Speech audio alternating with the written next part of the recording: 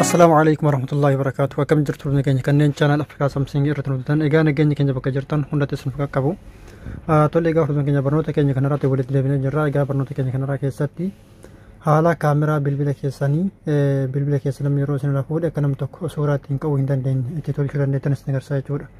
Egaa hordoftoota keenya jechuudha yeroo kana isin jedhu nam tokko bilbila keessan isinirraa fuudhe suuraa ittiin qabuudhaaf yoo yaalii taasise gonkumattuu akka kaameraan bilbila keessanii sun hanga isin wanta irraa hiitan sana yookiin ammoo irraa cuftan sana irraa bantanitti bilbilli sun kaameraa kaasuu hin dandeenye taasisuu dandeettan isin agarsiisa jechuudha. Egaa karaa baay'ee salphaa fi gabaabaadhaan kana taasisuu dandeettu jechuudha. Egaa hordoftoota keenya jechuudha gama barnootatti osoo isin dabalin irratti warroonni jalqabaa gara chaanal Afrikaa Samsungii haala dhuftan barnoonni keenya tele chaanal keenya subscribe godhaa.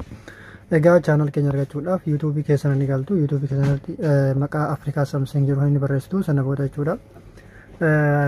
Fuula guutuu yookiin ammoo peejii isaa kana guutuu yoo galtan haala kanatti isiniif banama jechuudha. Sana booda mallattoo yookiin ammoo barreeffama diimaa subscribe irratti al tokkoof cuqaasuudhaan bell icon mallattoo bell icon tana bana viidiyoo nuti asirra gad lakkifne akka daddafee isin bira qaqqabuuf ammoo isarraa olii ol kan jedhu kanatti guutaatiif viidiyoo barnootaa nuti asirratti maxxansinu eeggadhaa isin jedha. Akkasuma jechuudha viidiyoo dabalataa argachuudhaaf yookiin ammoo viidiyoo keenya bal'inaan keessa deemtanii daawwachuudhaaf yookiin ammoo wantoota nuti asirratti barnoota nuti asirratti amma dura dabarsine jala deemtanii ilaaluudhaaf yookiin ammoo hordofuudhaaf iddoo viidiyoo jettu kanatti as ba'aatii haala kanatti jala irraa gara olii ol harkisaa viidiyoo keenya daawwadhaa isin jedha. Egaa akkasuma jechuudha barnoota dabalataa yookiin ammoo sooshaala nuti fayyadamnu kan biraa irratti hordofuudhaaf as iddoo about jedhu kanarratti as abaawotii kanarratti as bahuudhaan fuula kanneenirra ni argattu jechuudha. Telegiraamaa fi akkasuma Twitter, Facebook afaan ni argattu jechuudha. Egaa hordoftoota keenya jechuudha gama barnootaatti yogguu isin dabarsamu jechuudha maal gootu siitingii bilbila keessan irra ni galtu.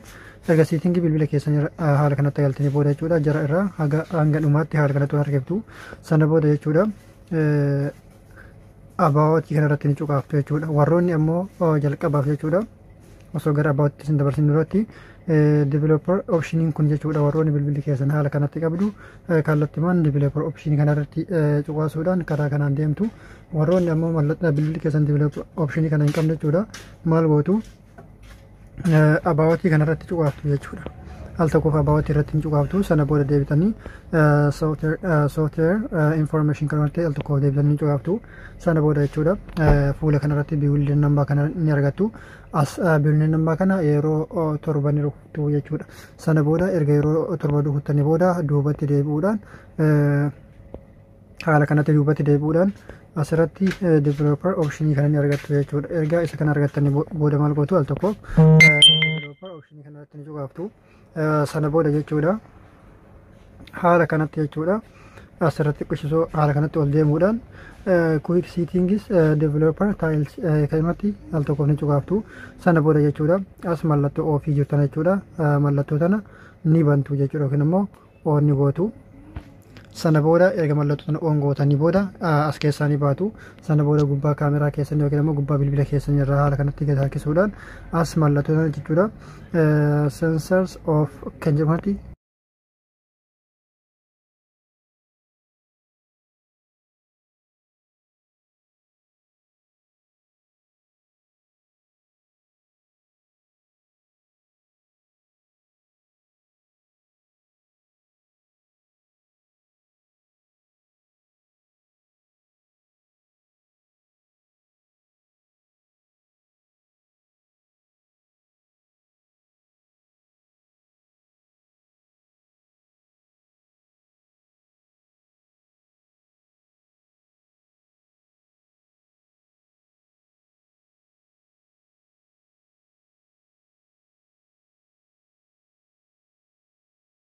haala kanatti orongootu yookiin ammoo irraa kaastuu jechuudha.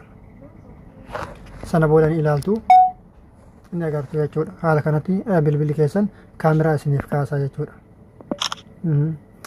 Akkanatti jechuudha haala kanatti isiniif kaasaa yoo barbaadan ammoo cufuudha dandeettu jechuudha fakkeenyaaf.